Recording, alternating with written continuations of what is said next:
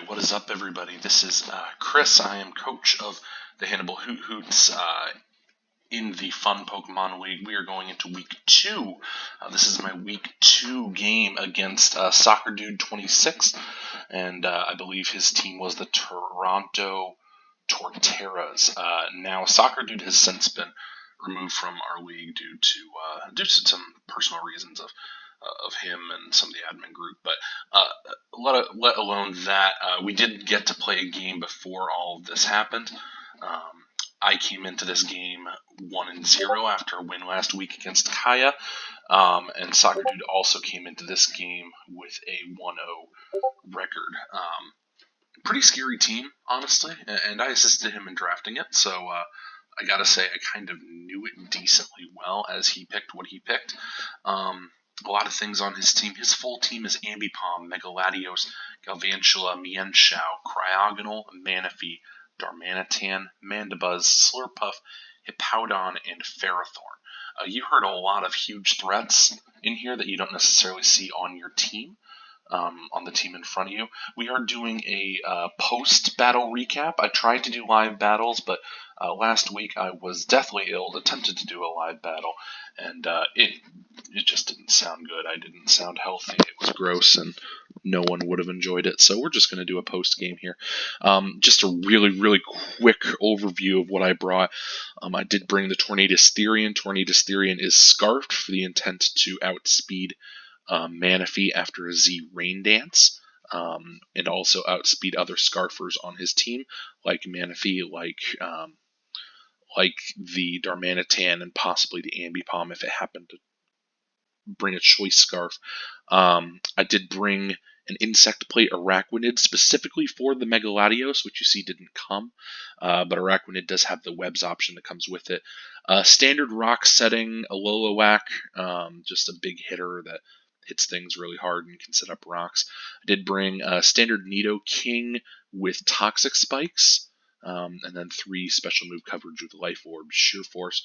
I brought a specially defensive Jirachi with an Aka Berry, that's the Fire Berry, in the intent of taking maybe a surprise Fire Fang from Hippowdon, or even a Heat Wave from Mandibuzz, possibly Hidden Power Fires, and then also specifically for the Darmanitan, if Darmanitan was to be in the matchup against Jirachi would be able to not take as much against a Flare Blitz. And then I did bring another scarf, second scarf on Hydreigon, and Hydreigon this week is a physical Hydreigon. So we get into this matchup. I see he brings Hippowdon, Mandibuzz, Manaphy, Darmanitan, Ambipom, and Galvantula. First thing I see, I pointed at it earlier, there is not a Megaladios on this team. Wow. Who doesn't bring their first draft pick into a game? I don't know. Megaladios is kind of a plug-and-play kind of Pokemon, so I was absolutely shocked to see that it wasn't here. Other things that didn't show up. Mienshao, I kind of expected that. I don't have a team that's really weak to fighting outside of, like, Hydreigon, basically. Steelix and Avalugg, my slower mons, are weak to fighting, but I mean, not really something you have to game plan for. He also did not bring the Ferrothorn, so I have fire coverage on some things that maybe I didn't need. And also, he did not bring the Slurpuff, which I specifically EV'd my Jirachi to be able to 100% KO a Slurpuff that had taken an unburdened Citrus Berry and was at 75%. I EV'd my Jirachi specifically so that it would KO any sort of Slurpuff that went for those kind of shenanigans. So that's the team. We're going to get right into it. I see this, and I see a Lolowak doing pretty well. I mean, he does have the Hippo and the Mandibuzz, but I'm doing my calcs pregame, and I'm seeing Hippo gets 2-hit KO'd by Flare Blitz. Mandibuzz, unless it is max HP, max defense, meaning no speed, no attack, nothing, is 2-hit KO'd. So, we're going to go ahead and get into the game here. I did lead off with my Alolan Marowak, as he leads off with his Mandibuzz. Now, I make what I believe is one of 2 misplays in this whole game. I clicked Flare Blitz. My intent was, look, if it doesn't do half, it gives me some information. What kind of mana buzz am I looking at? And I probably shouldn't have done this. I had kind of a free play, a free mid-ground play, and going Nido King here. And instead, I just decided to click Flare Blitz with Reckless Abandon. This thing does have Lightning Rod on it with the intent of taking on Galvantula. It does not have the Rock Head, so I will take damage and recoil, and we're going to see what happens here. He gets off the Toxic with his Mandibuzz, and I do click the Flare Blitz. Now, we look at this damage. It does 2-hit KO Mandibuzz. That's awesome. However, we're going to let this continue to play out. And my Alola is down to half after taking Flare Blitz Recoil, Rocky Helmet, and the damage from Poison. Wow. And we see here that Mandibuzz is faster than Alolan Marowak and does have that Rocky Helmet. So there's no reason to stay in at this point. Flare Blitz is the only thing that could possibly do anything to it, and Mandibuzz is just going to roost, right? I'm starting to realize at this point, on turn 2, I am grossly underprepared for Mandibuzz, and I have one answer for it, and I do go out into it now. I bring in my Nido King that does pack the Ice Beam. He's just going to go for the roost here. I do make kind of a power play here. I do not expect that Mandibuzz will stay in and get chipped down because I think he's seeing, oh no, Mandibuzz can do something here. He makes the switch out into Manaphy, and I go for the Toxic Spike here.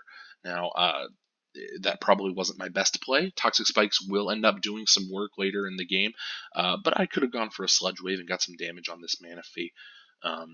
That probably would have been the better play, but I'm pretty happy with going for the Toxic Spike here. I don't want to die, so I go into my Tornadus Therian, and Manaphy goes for the Tail Glow. Oh my goodness, this thing is threatening. I was ready for a Z Rain Dance there. That's why I went into Tornadus, but Tail Glow was massive, and now I'm looking again at my team. Oh no, what takes this? I do have Araquanid. Araquanid does well, but Araquanid only does about 28 to 30% to Manaphy in return. And Manaphy, Araquanid's a huge special defensive wall, but Manaphy hurts. I have my Scarf Tornadus here. I know I'm going to outspeed. I know Tornadus is a huge asset, but I decide to just take the damage on Manaphy. I get that 53% off. I died to the Ice Beam. Tornadus is dead. So I am in a real early hole. I go out to my Araquanid, knowing for sure that Araquanid can take anything that it can go out with. And it does have the Leech Life that is powered up by that Insect Plate to be able to do damage back to Manaphy. So I feel good about this play. Manaphy can't recover. We didn't see any sort of item, any life orb, which tells me it's probably Waterium, which Araquanid eats. So I get my Araquanid in, he goes Mandibuzz, and I go a little bit for a misplay here and go with Leech Life. In retrospect, I do wish I had gone for the webs there, because I knew that Mandibuzz was the easy play here. At the time, before we had shared sets post-game, I was thinking, though, if I had clicked the webs button, it's a Mandibuzz. It's not going to take any damage, and it's just going to be able to defog away my web and my Toxic Spikes. There was no reason to do that. I get the Leech Life off. I do have to take the Rocky Helmet damage. A little bit of a misplay, but that's alright. I go into my Nido King. We know that that's the play. He goes for a taunt, which I'm a little confused by. Probably thinking that I would try and stay in and get like a sticky web up. Or maybe like a magic coat. I don't know. I'm not sure where his mind was, but here's Nido King, who doesn't mind the taunt whatsoever with the spike already out. He goes Hippowdon. Again, I think a huge misplay because I had a free Ice Beam, and Ice Beam doesn't quite 2-hit KO, but because I have my poison spikes down, it will. So he takes that damage. He goes into his Manaphy. Again, I probably should have gone for the Sludge Wave there because he wouldn't let his Hippowdon die so early. But alas, I did just go for the Ice Beam, and Manaphy is going to be alive to do one thing, and we're going to see that that one thing is pretty darn powerful. I probably, again, make another misplay. I go Jirachi, my Spadef Jirachi, into this Manaphy, and Manaphy gets off the Z Water. That's a Hydro Vortex powered up from Hydro Pump that I saw in Calx, and Manaphy is going to die to Poison plus Sand. Alright, So it's 1-1. I still feel that I'm kind of behind because Manaphy did its job, right? It killed one of the most potent things on the team, and it chunked down the second most potent thing on the team to about half health. He's happy with what's happening right now. And he's also seeing that his Mandibuzz is sitting at 73%, and it's looking really strong. Here comes Ambipom, and I make what I believe is my second misplay of the game. For some reason, I just totally blanked on the concept that Ambipom gets the move knockoff. And for some reason, I tried to stay in. I don't know what I did. I think I either wished or tried to get Stealth Rock up or something, because I was now realizing that likely Mandibuzz didn't have Defog, so I was thinking Rocks would be good. But no, he clicks knockoff, and I lose my Jirachi, which, wow, really dumb. Puts me back again. This thing is starting to take damage, though, sand and toxic spikes. I go out into my Hydreigon. I know that I'm going to be faster than this thing because I am Scarf Hydreigon, and I do have the physical side, so I have the superpower. Superpower is going to blow this thing back. I am so afraid of this Mandibuzz, though, and as you'll see, he makes the great play into Mandibuzz, comes in, doesn't really care about the superpower. Takes 24%. I take Rocky Helmet damage, and I'm forced to switch out. He has a free roost here as I go right back into my Nidoking. Um, Again, he's starting to see that Nidoking is the answer to his Mandibuzz. I go for a Sludge Wave here, and whether that was the smart play or not, I'm not sure. But it does chunk down his Mandibuzz to half. He does Brave Bird and gets me down to about half. And I'm just going to click it once more. I'm done with this thing. Get it out. So Mandibuzz is down and out. We're even again, but he's happy. His Mandibuzz did what it needed to do. Now, the only thing that maybe he's sad about, my Lilowhack is still at about half health and can do things if it gets in on like a Hippowdon, or maybe even it could take something from a Galvantula, considering it is the Lightning Rod. He goes Darmanitan. Darmanitan is a monster. I don't have much on my team that can deal with that. So I switch out. I go Hydreigon because Hydreigon probably takes things the best. We do see, ow, that hurt. That is a banded Darmanitan, an adamant banded Darmanitan. But I am faster. My Hydreigon is in, and I'm just going to click buttons with it. I click the Earthquake. Kind of wish I had clicked something different. Outrage, maybe.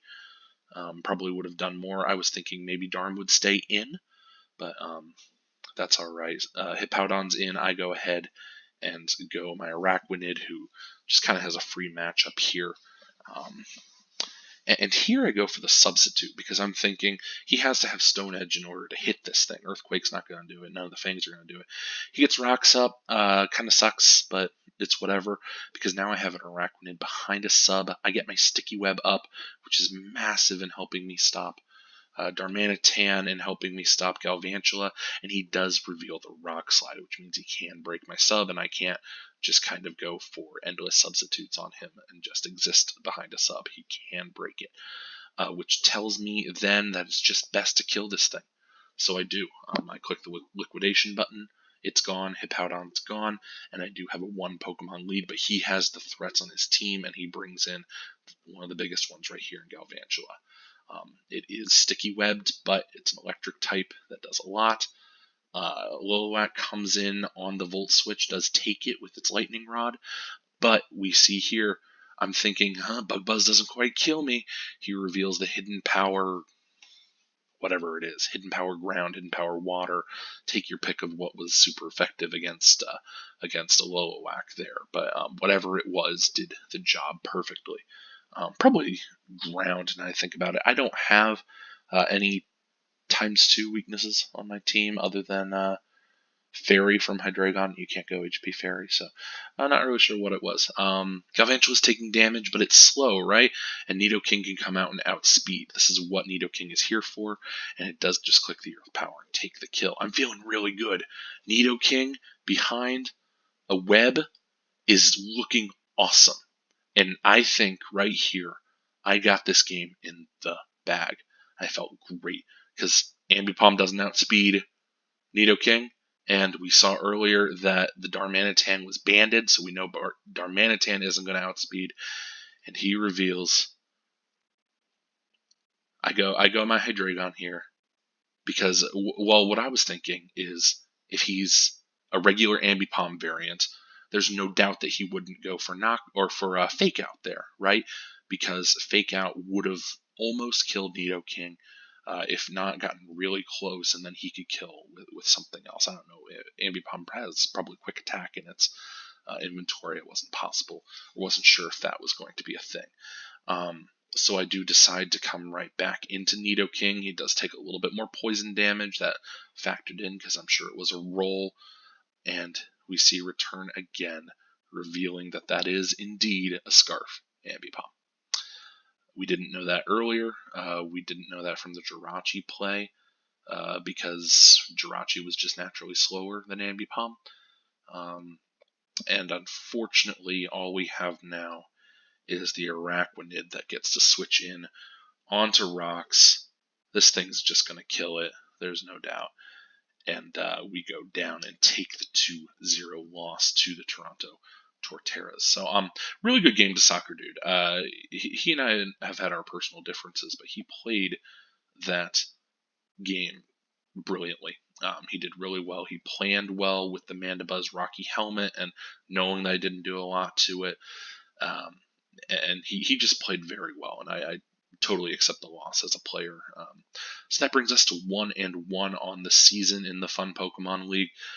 We are playing this week. This is a late upload. We are playing this week, ideally tomorrow. Tomorrow being Friday. You'll probably actually see this Friday. Against Mike and the Pittsburgh Penguins. He is also 1-1. Mike's a good friend. I'm really excited for the matchup. I'll try and do a team builder beforehand, and then we'll get the live battle. Now that I'm feeling better and actually have a voice, I'm excited to be able to do these live battles again. I feel like it helps me get my mindset out a little clearer. So that's it for this game. GG to Soccer Dude and the Toronto Torterras. And wherever Soccer Dude may be right now, and tune in for the team builder and the upload for the week 3 matchup against the Pittsburgh Penguins coming up here this weekend. So until then, thanks for watching.